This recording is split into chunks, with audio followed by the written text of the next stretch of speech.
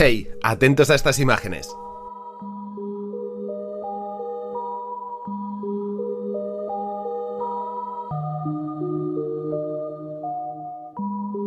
Pues lo que estáis mirando ahora pertenece a una obra rodada unos cuantos años antes de la que está considerada la primera película que originó el concepto del zombie moderno. Ya sabéis, La noche de los muertos vivientes.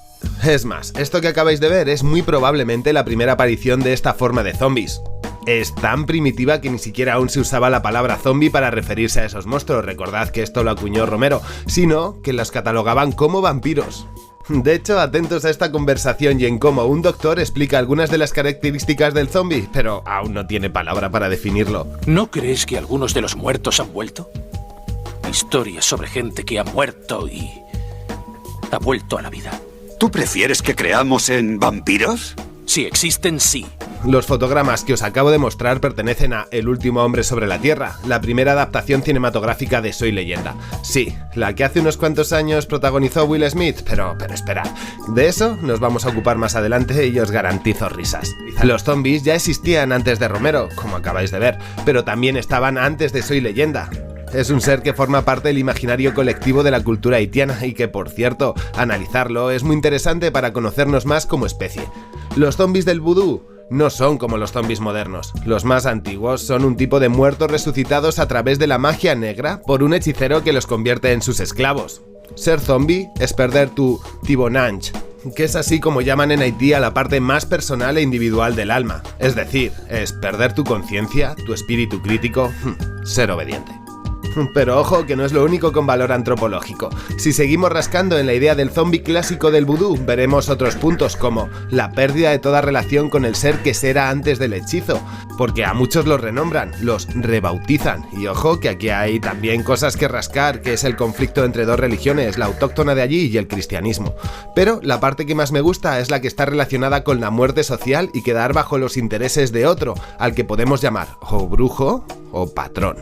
De hecho, varios autores han intentado relacionar la esclavitud a la que fue sometida la isla con el mito zombie, pero me temo que es una afirmación arriesgada. La esclavitud en Haití se generaliza con los franceses a lo largo del siglo XVII, pero ya desde la llegada de los españoles hay registros sobre la zombificación, es decir, es una idea autóctona que tiene que ver con esa pérdida de voluntad y la idea de transformar una persona en un objeto, en un instrumento. El zombie del vudú es la cosificación del ser.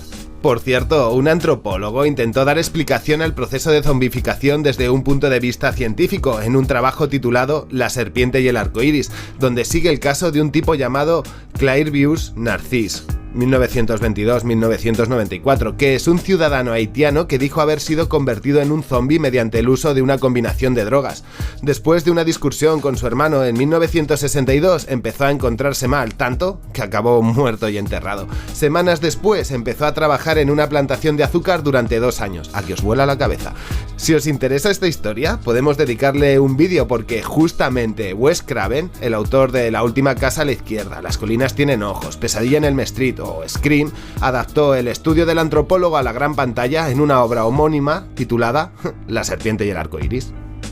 Y ya que estoy rascando sobre esta idea del zombie del vudú, os voy a dejar un poco de información de las primeras películas donde se trata el tema. White Zombie, del año 1932 y protagonizada por un Bela Lugosi que no se había sacudido el traje de vampiro. Su argumento: 2 hombres luchan por el amor de una mujer y uno consigue controlarla con vudú. También para reflexionar sobre cómo el amor romántico es posesivo y busca el control de la pareja, o bueno, cuando pasa eso, es peor que una peli de terror.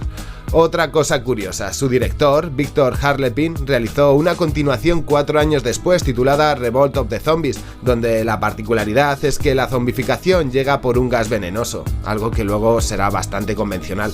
La más mítica puede que sea Yo anduve con un zombie del año 1943, donde se profundiza mucho, y mejor que en las anteriores, en esa idea del zombie del vudú. El objetivo aquí es rastrear la semilla de la idea del zombie moderno, que terminó de definir Romero, por cierto, y en eso entra en juego la novela de Richard Matheson, Soy Leyenda. Ahí tenemos algo que terminará por materializarse en su primera adaptación cinematográfica. La situación es la siguiente. Ven, es tan simple como esto. Un germen desconocido se está propagando por el mundo. Es muy contagioso y ha alcanzado proporciones de plaga. El tema es que ese virus afecta a todo el mundo. Esperad, que aquí tengo que hacer un inciso. Afecta a todo el mundo menos al protagonista, Neville, que fue mordido por un murciélago y gracias a eso se volvió inmune. Ese virus afecta a toda la gente, vivos y muertos. En la novela, los muertos vivientes son ágiles y rápidos, capaces de trepar y de utilizar objetos. Me recuerdan más al zombie de 28 días después. Por otro lado, entre los infectados que no han muerto surge una especie de sociedad, aunque de eso nos vamos a ocupar un poco más adelante. Ahora, hablemos de Neville. Él es el último superviviente de la especie humana y lo sabe. Está solo. De hecho, la novela profundiza mucho en la soledad del individuo, en los objetivos de alguien que no tiene a nadie. En fin, que lo único que le queda es preparar estacas para salir de cacería de día, ya que los vampiros con el sol se esconden. Así que el protagonista los busca para darles caza mientras duermen. Para evitar ser mordido va impregnado de ajo porque a los vampiros no les gusta nada su olor, y si se encuentra con alguna mujer infectada se la lleva con la idea de curarla y así intentar reconstruir el mundo. ¿Recordáis que los infectados que no murieron están reconstruyendo su sociedad? ¿Una sociedad vampírica? Seguramente para vosotros Neville es un héroe, el último superviviente que no se rinde. Para el resto del mundo es otra cosa. Atención. Su rutina de cazar vampiros de día mientras duermen es considerada por la comunidad como un acto salvaje, sucio y rastrero. No se enfrenta a ellos en igualdad de condiciones, sino que busca su momento más delicado. Que huela a ajo les parece repugnante, es un auténtico monstruo de esos que apestan, y aquí viene lo mejor. Su esfuerzo por encontrar una compañera a la que curar lo transforma en un degenerado sexual, que secuestra a sus mujeres para llevárselas a su fortaleza y realizarlas experimentos con la idea de transformar su naturaleza. ¡Wow! Aparte, hay mucho más en sus rutinas que vistas desde un lado es muy bonito, pero desde el otro es atroz. Total, que el héroe es realmente el villano. ¿Y por qué? Porque el mundo se ha reconfigurado, se ha transformado y ya no hay sitio para esa vieja especie humana.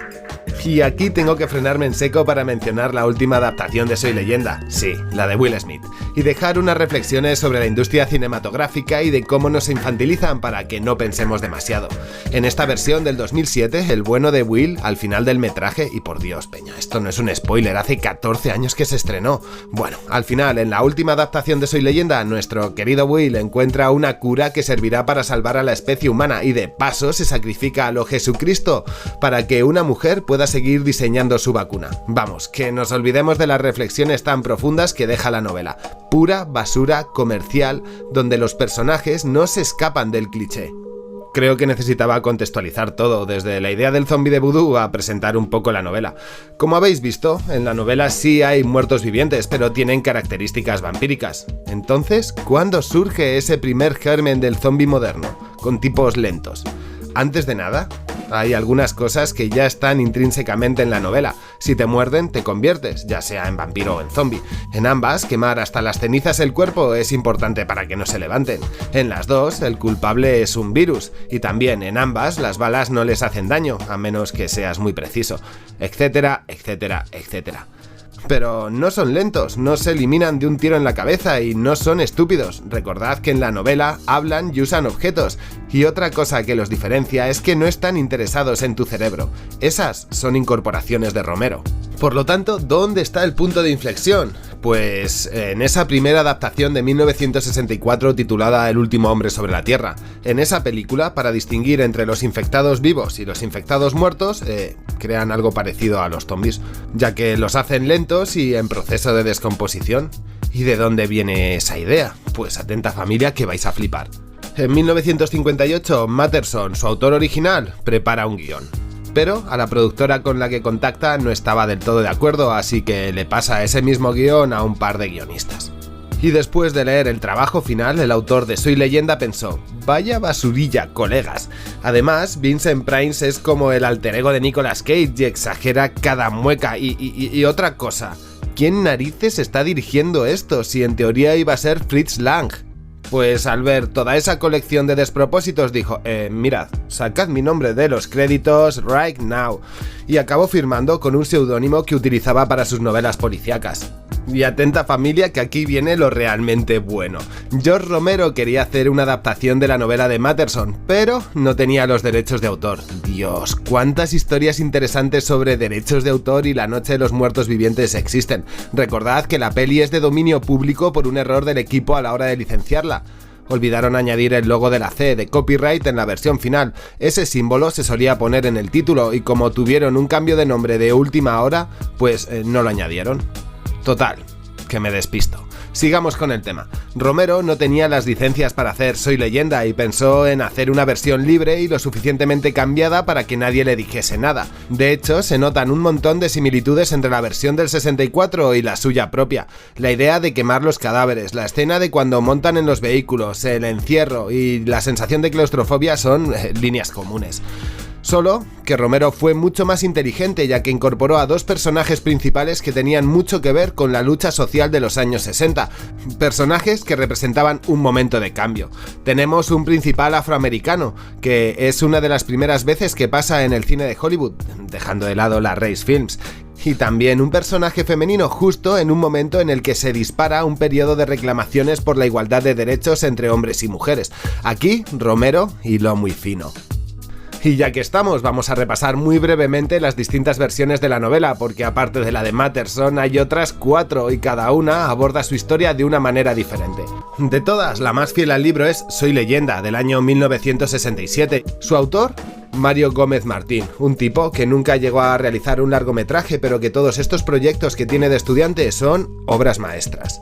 Ahora ya sabéis que el origen de los zombies no está en la obra de Romero, sino en la primera adaptación de la novela de Matterson, y que si existen los muertos vivientes tal y como los conocemos se debe principalmente a una estrategia para evadir los derechos de autor. ¿Quién lo diría?